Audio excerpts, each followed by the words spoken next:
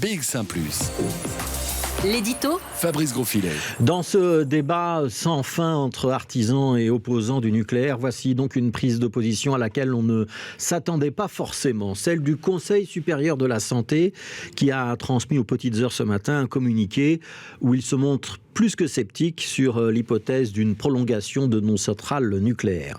Ce rapport, qui tombe à quelques semaines d'une importante décision du gouvernement fédéral, il est censé se prononcer dans le courant du mois de novembre, est évidemment de nature à influencer les débats en cours.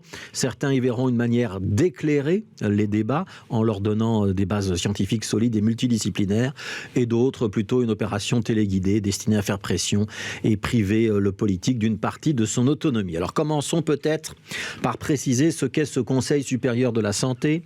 Avec Scienza No, c'est l'autre institution scientifique liée au service public fédéral de la santé, mais aussi au service public fédéral de l'environnement, par exemple. Un organe qui est donc chargé de remettre des avis et qui l'a fait abondamment ces derniers mois sur la gestion de la crise de la Covid-19. Un organe qui se base sur un réseau d'experts. Ils sont au nombre de 300 à être nommés dans ce Conseil supérieur pour une période de 6 ans, avec obligation de déclarer les conflits d'intérêts potentiels. Et ces 300 experts peuvent eux-mêmes faire appel à des experts extérieurs, qu'ils soient belges ou étrangers, en fonction des dossiers traités. Alors à la question, est-ce que ce Conseil supérieur de la santé est compétent pour s'occuper de nucléaire ? La réponse est oui, puisqu'à côté de la santé proprement dite, la vaccination, la qualité des soins, la santé mentale, le Conseil supérieur est également compétent pour toutes les questions relatives à l'alimentation et à l'environnement, le risque chimique ou le risque de radiation notamment.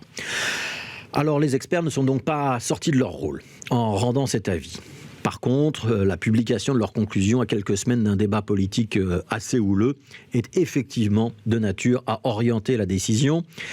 Mais c'est bien ce qu'on attend d'un conseil scientifique. Et c'est ce qu'il fait, par exemple, lorsqu'il recommande, ou qu'il a recommandé ces derniers mois, de porter le masque, de vacciner tout le monde à partir de 12 ans, d'avoir une 3e dose pour les plus de 65 ans. Si le Conseil supérieur de la santé est compétent donc en matière de pandémie, il n'y a pas de raison de douter qu'il ne puisse l'être aussi en matière de santé nucléaire, puisque ça fait bien partie de ses missions.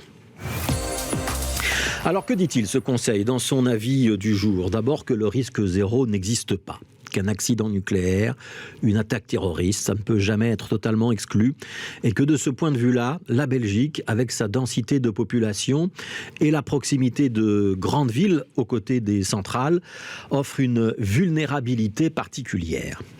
Que par ailleurs, les dernières études tendent à prouver un impact de l'exposition au rayonnement ionisant sur la santé des enfants, déjà nés ou à naître, et qu'une approche de précaution s'impose donc. Enfin, qu'il n'y a aucune solution pour la gestion des déchets, point faible important, écrivent les experts, qui aura un impact sur les générations futures. Conclusion donc de ce Conseil supérieur, l'énergie nucléaire ne satisfait pas au principe du développement durable sur le plan de l'environnement, de l'éthique et même dans le domaine sanitaire.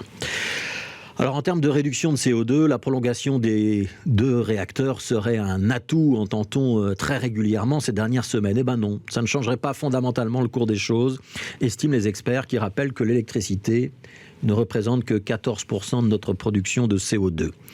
Alors que le combat entre pro-nucléaire et anti-nucléaire fait rage à la majorité fédérale, voici donc le réacteur qui est remis au milieu du village, le nucléaire qui est ramené à sa juste place, le débat un petit peu élargi. Parce que c'est surtout ça qu'on doit retenir de cette sortie des experts. Ne pas se contenter de raccourcis simplistes sur un problème compliqué. Éviter l'effet loupe en se concentrant uniquement sur 2 réacteurs et sur le petit gain qu'il nous ferait gagner en matière de réchauffement climatique. Prolonger 2 centrales, c'est vrai que sur le papier, ça a l'air simple, mais ça ne répond pas à plein d'autres questions, et notamment à la question fondamentale de la gestion des déchets.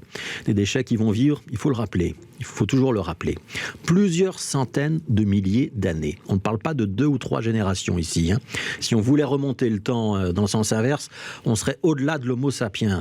Si on regarde notre machine à remonter le temps. C'est comme si nous devions gérer des déchets toxiques qui avaient été laissés par les premiers hommes arrivés sur Terre.